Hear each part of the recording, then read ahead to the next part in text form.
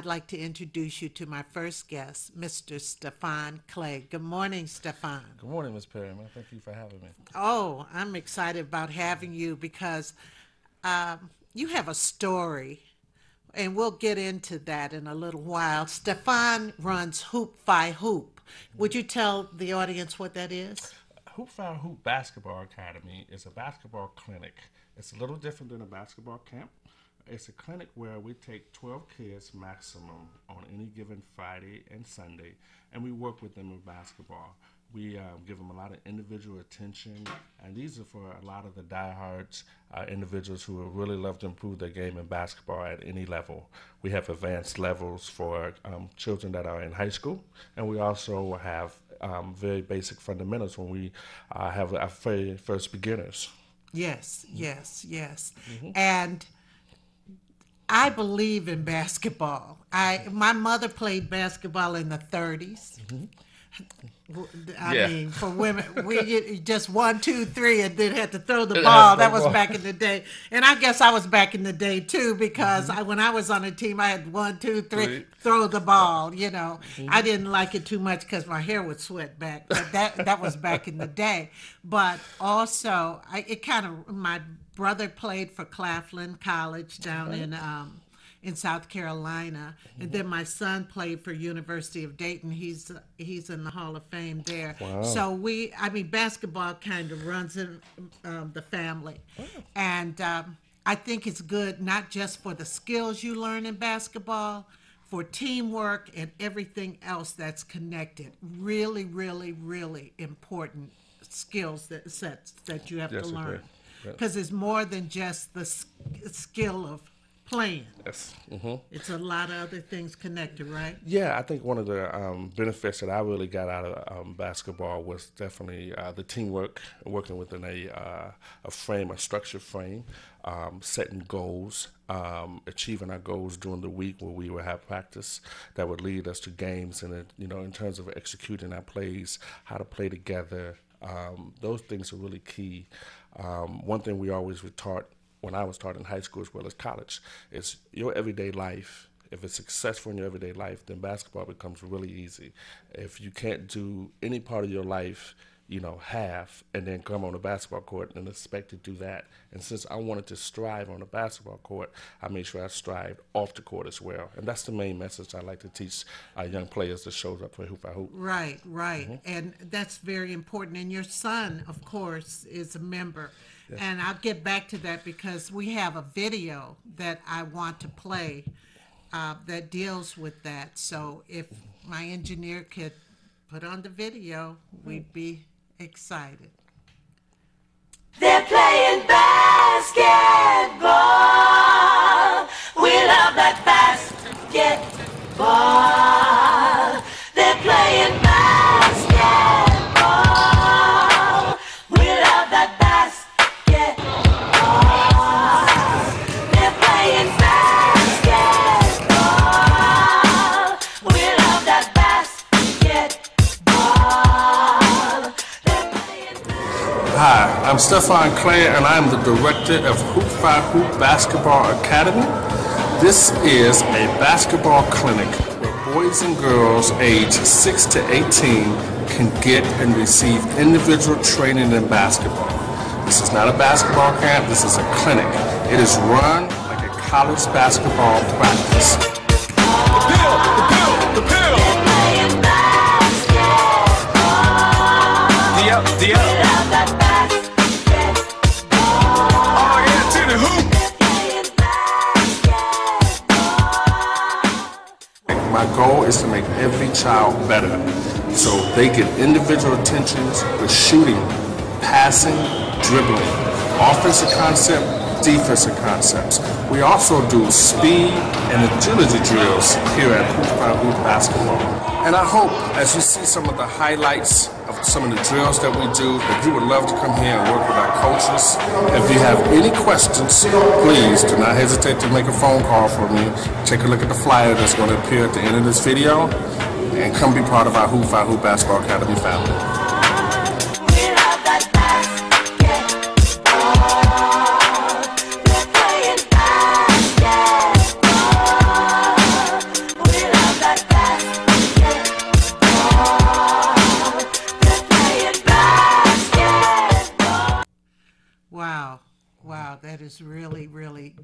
exciting because I've been there and I've seen it, and it's great. Now, Staphan, I want to talk a little about your story because you were on the show before a few years ago and you talked about poetry because you were running a poetry thing Yes. and you write poetry, right? Yes, right. The spoken word artist I used to host at a cafe, Manila Bay Cafe, that's run by Dino and Venti Valdez. Excuse me. And we did that for about 2.5 years, and it was really Right. fun to get involved in the Yeah, I creative came community. down there one night. Yeah, and tore our stage up. Well, I try. You know, all those young people were down there, and I'm saying, Yes. but I got them. You got on stage and left quite an impression, Yeah, and it was great. It was really a blessing the night that you showed and performed. I was lucky that night. But anyway, tell the audience because you had a bit of a tragedy in your life. 7 years ago, I lost my wife at the age of, she was 41 years old, and we had a son together, a 3-year-old son at the time. And for the very first time in my life as a 37-year-old man, it's the closest person I've ever lost in my life. And I was faced with this opportunity. Had you been sick a long time? No, it was fairly quick for us to discover, and once we discovered that she had cancer, it was already at stage 4B, and so she fought it for 9 months. And at the end of the 9 months, she made a transition to be with the Lord, and then I was left with this beautiful baby boy at 3 years old, not knowing what to do because she ran the show in the household, and so I needed my mother and my mother-in-law to kind of guide me and direct me. And today he's such a blessing. You know, he's 11 years old today, and he and I have formed a fantastic relationship as father and son, and he's definitely an inspiration behind everything that I do. Wow. So what were some of the things you had to learn to do? Well, first of all, one of the biggest things was not to how to dress him, but where his clothes were. That was the biggest thing. She had a system on how she got him dressed. Another thing was just a attention that he needed at that age and how much she gave him. I sat back and admired their relationship, but I didn't realize how much work she had put into it, not only taking care of him, but also taking care of me. So it was quite an experience, but one that... I prayed about. It kind of came together, didn't it? It had to come together because after about a month, my father told me he's taking his wife home and was leaving us two alone. And so mom wasn't around anymore for after the first month, of guidance. Wow. So, it was pretty scary, but I just kept praying and just prayed that he stayed safe. And the fact that you and him bonded Yes. so early, because I know he had bonded with his mom. Yeah, instantly. He had bonded with her. Yes. But a lot of times people don't know how difficult it is to raise a child. Yeah, it's very difficult. I was a single child that grew up in my household, and my parents did a fantastic job with me. But I have to be honest, I didn't pay too much attention to what they were doing. I just know I was happy and just going about my business. But now when it's your turn, I try to reflect on how my parents raised me. I feel like I turned out all right. And so I wanted my son, to have some of the same values that my parents installed in me. And Absolutely. yes. And you went to Henry Ford High. Henry Ford High, class of 1988. All my fellow Trojans out there, I know they supported me. I actually have a few of their children in Hoop Fi Hoop. Oh, that's wonderful. Yes. That's wonderful. And then you went to junior college. Yeah, I played junior college basketball in Arizona, Prescott, Arizona, at a college called Yavapai, where I really discovered the true definition of brotherhood. I was one of only 2 players out of 13 from out of state, everybody from the state of Arizona. So everyone, family truly adopted me, and it was really a great time to be out there. One of my favorite places in the state of Arizona. And then you went to West Virginia. I finished my last 2 years in West Virginia Wesleyan College, small Methodist college in Buchanan, West Virginia. Buchanan. Buchanan, West Virginia. Buchanan. I remember my first recruiting trip there, and got stuck in a traffic jam because there was a cow who just decided to lay out on the highway. And I was like, I needed to go here. I had a little too much fun in Arizona, and I said, I better come here where it's not a lot of fun so I can get my college degree. Yeah, I know. Fun. Yes. Fun overtook me my first, then second semester, maybe into my third. I don't know. Fun was, that was number one, then my classes. Yeah, kind of felt, Well, no, then it was sorority because I did that too. So a lot of things can interfere, but you persevere because number one, you can't go back home without that degree. Well, yeah, I remember one of the funniest stories my father ever told me is when I went to West Virginia. He and my mom drove me to the campus, and he said, "You see this room? This is your address. This is where you live. You can visit us, but this is your home. You take care of your home. Your father. This is is where a you card. stay. This is where you stay, and you take care of it. And when you decide to leave, you need to have that paper in hand." And Absolutely, Yeah. absolutely. Now let's talk a little about the game Okay. itself. And I know there are people out there who have sons or grandchildren who are very interested in sports and sportsmanship. Let's talk about sportsmanship. What is sportsmanship? Well, sportsmanship is, to make sure that the children understand how to conduct themselves on a basketball court. Another reason why I got started with this is I started watching the youth play basketball was the frustration level that they would show. They wouldn't really represent themselves well on the court, really having their head down based on mistakes. And I thought it was really key to make them know when they come to our clinics that you're going to make mistakes. It's how you carry yourself after your mistakes. You know, a lot of that comes from the parents, though. Yes. Because parents have a tendency, they put so much as far Pressure. as pressure, Yes. as far as an extension of themselves into these children. Yeah. Which is so unfair. Yeah, I mean, I have to say, even when I played high school basketball, you can see some of the parents still living their dreams through through their children. My parents wasn't like that at all. My parents stepped back. It was my time, my goals. I didn't have to play for my parents in the sense of, you better win this and you better play this and you better score this. And a lot of kids have that pressure. And it carries on, and that leads to Well, that. I still hear this story till today from my son. He was in 10th grade. He was on varsity. And I said something about, when we got home, I said, Ryan, you weren't playing your game today. Ma, how could you say that? I mean, he started, how could you say that, Ma? Why, I just do what I just said, oh, I'm through. I am through. And every time through the years, and he graduated from high school in 94, he has always said, Ma, remember that time? But his game went up 5 Yes. notches It's after a motivation. that. And then the next year, 11th and 12th grade, he was all-state. All right. Uh-huh. That's And he motivation. was one of the top. He was invited to Nike camp and one of the top 100 players in the country. Righty. So, I mean, it had nothing to do with me. It was part of his drive. It still has something to do with you. Oh, Lord. Yeah, it's the values. It's the Well, value. I just learned not to say anything. But he went to the main thing I got out of it was here he got a full ride to a university. Yes. A university that I would not have been able to pay for. Yes. That was a private university. University of Dayton is private. Yes. And when he graduated and got that piece of paper and they announced his name, the entire arena stood. Awesome. And this was a kid who, in 9th grade, because of his grades, couldn't play basketball. That sounds like my story. My parents, a 2.0, which was the basic minimum you needed to play basketball, I discovered in 9th grade that wasn't successful in the Clay household. Because Yeah. my freshman year of basketball, which was going to be my very first year of basketball, I didn't get a chance to play. Because even though I had over 2.0, it wasn't sufficient in my household. So my grades had to get a little bit higher in order to play. Yeah. So I missed a whole year of basketball, a whole year of bonding with my friends, despite the fact that I qualified from basic Michigan standards, but that didn't count in the Clay household. Right, right. Well, before I made him go to every single game to watch his friends play.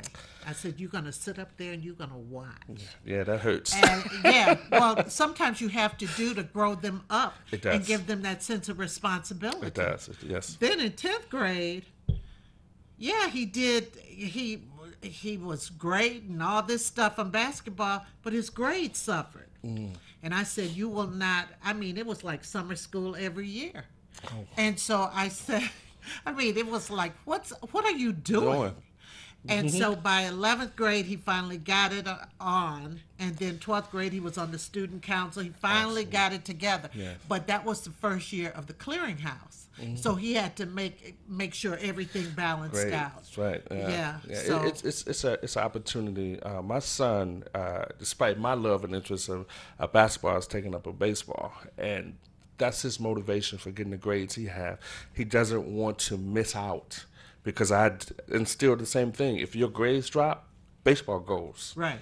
Because we need that time for grades. But he really does really well, and his motivation. And just for me, after my freshman year of not playing basketball, I never wanted that feeling again. So I maintained the grades that kept Barbara and Philip Clay very happy. So because I could never miss out on that brotherhood and that, and even everything from basketball related. I didn't want to miss that anymore. Wow. I mean, but it does bring together more things that sometimes this teamwork ethic, you have to depend on other people. Yes. There's so much that goes into that. You know, there's no I in team That's my team.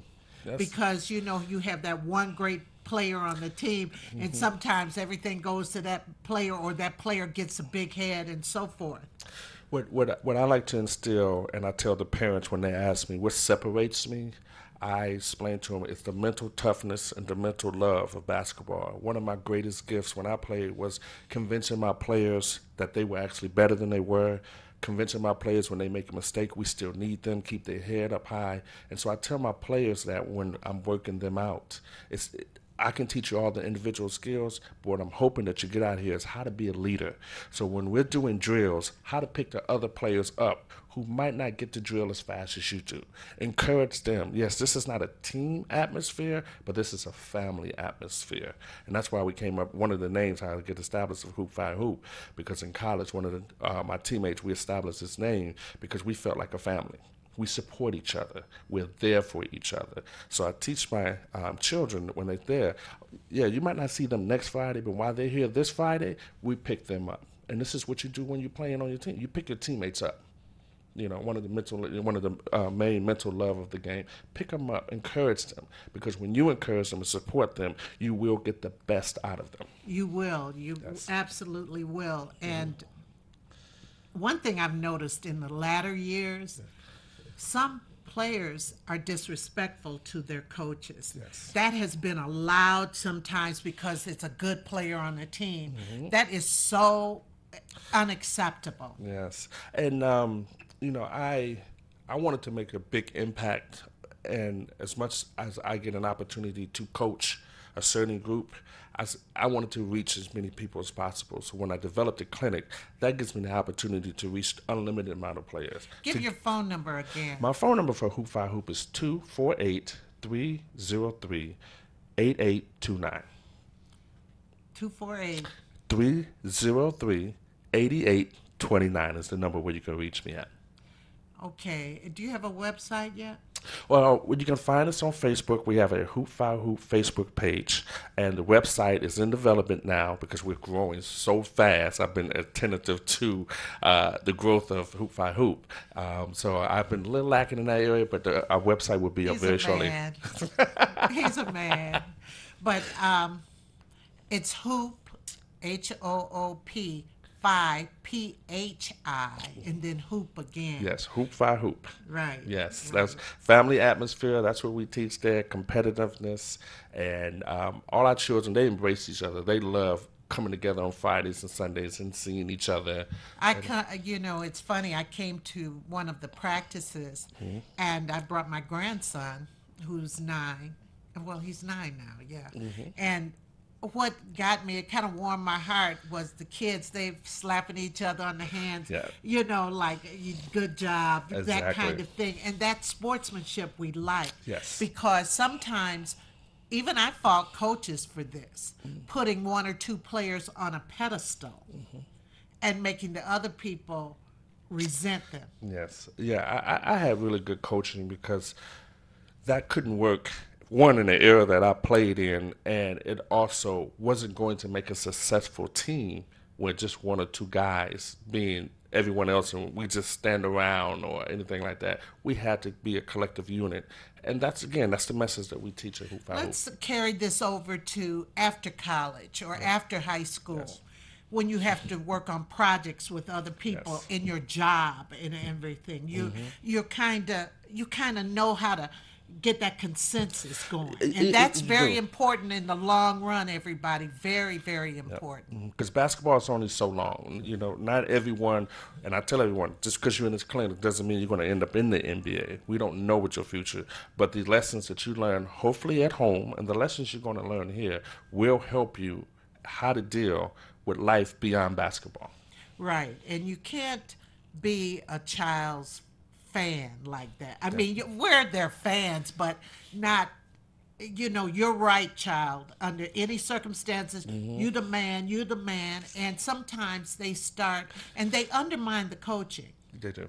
But Yes. now my son didn't have the greatest coach in the world, but I never undermined him. I never did. Never said anything about him and everything. He was a good guy, and he also taught them how to be good people. And that's the other thing. You want them to be good Good people. people, yes, we want that. There's things I just don't allow. We don't allow to go on Hoop Fi Hoop, and one is the language, and two, I don't want any players to show any form of frustration because we can't, or you cannot complete a drill, or you're not doing it as good as the next player. Do not show any of that stuff because this is stuff you can't show beyond life, beyond basketball. You can't get frustrated to where you don't want to do it anymore in life beyond basketball. You find yourself at home as opposed to working in a job. And I tell this, you don't know who's going to coach you one day, and you don't know what they're going to allow. But what I'm going to teach you is what I've learned that is acceptable, universal with all coaches. And that's having a good attitude, and that is good sportsmanship, and that's being a good teammate. Absolutely. Being a good teammate is very important. You never know when that other person has to save you. That's right. And say that number one more time. The number for Hoop Fi Hoop Basketball, which we're doing workouts every Friday, every Sunday at Beechwood Recreational Center in Southfield. The number is 248-303-8829. Once again, 248-303-8829. And I ask for myself, Staphan Clay, and I'd be happy to answer any questions that you may have. And it's on Fridays from what? Friday we go from 6 to 8. Every session's 2 hours. And Sunday we go from 5 to 7 p.m. Oh, I thought you said 5 to Sunday. No. On Sunday, yes. Okay, and also, what was I going to say? Can't think. There's so much. It's so much I like. And the thing is that you work on skills. We break down basketball, every aspect. If you feel like your child is not a great ball handler, he will become a great ball handler with Hoop Fi Hoop. If you feel like, well, he's not shooting, we will correct and find out why he's not shooting, and we will teach him how to work on that. If it's passing, if it's playing offense, if it's playing defense, if he needs help with speed and conditioning, we run this. I actually run Hoop Fi Hoop like a college basketball practice. So if you're age 6 to 18 and you want to see what a college basketball practice is like, Hoop Fi Hoop is where you're going to come. Well, okay, Staphan. Okay, ladies and gentlemen, you heard it here. Yes. Yes. Oh, one thing I would like to say is that your grandson is a member of Hoop Fi Hoop, and he loves it. Everybody embraced him when he comes. He works really hard. I push him hard. I really enjoy working with him, and he's part of our Hoop Fi Hoop family. And today, I would like to make sure we introduce you because our parents are just as an integral part of our success. Because it takes our parents to bring the children there and work with them. So we would now like to introduce you as part of the Hoop Fi Hoop family. We have something for you. Now, this is limited edition. It's not a whole lot of our Hoop Fi Hoop hoodies out here Hoodie. we have for you. So, Thank you. yeah, we have you. T-shirts and hoodies and shorts and hats and everything. We'd like to introduce you to the family. thank you and so thank you much. for the support and encouragement that you have offered me. I really Well, appreciate you it. got to do what you believe in, your passion, and this is your passion. Yes, it is. So, ladies and gentlemen, thank you, Staphan. Thank you for Clay. having me. And now we have Chef Greg coming up, and he's going to show us how to cook some things.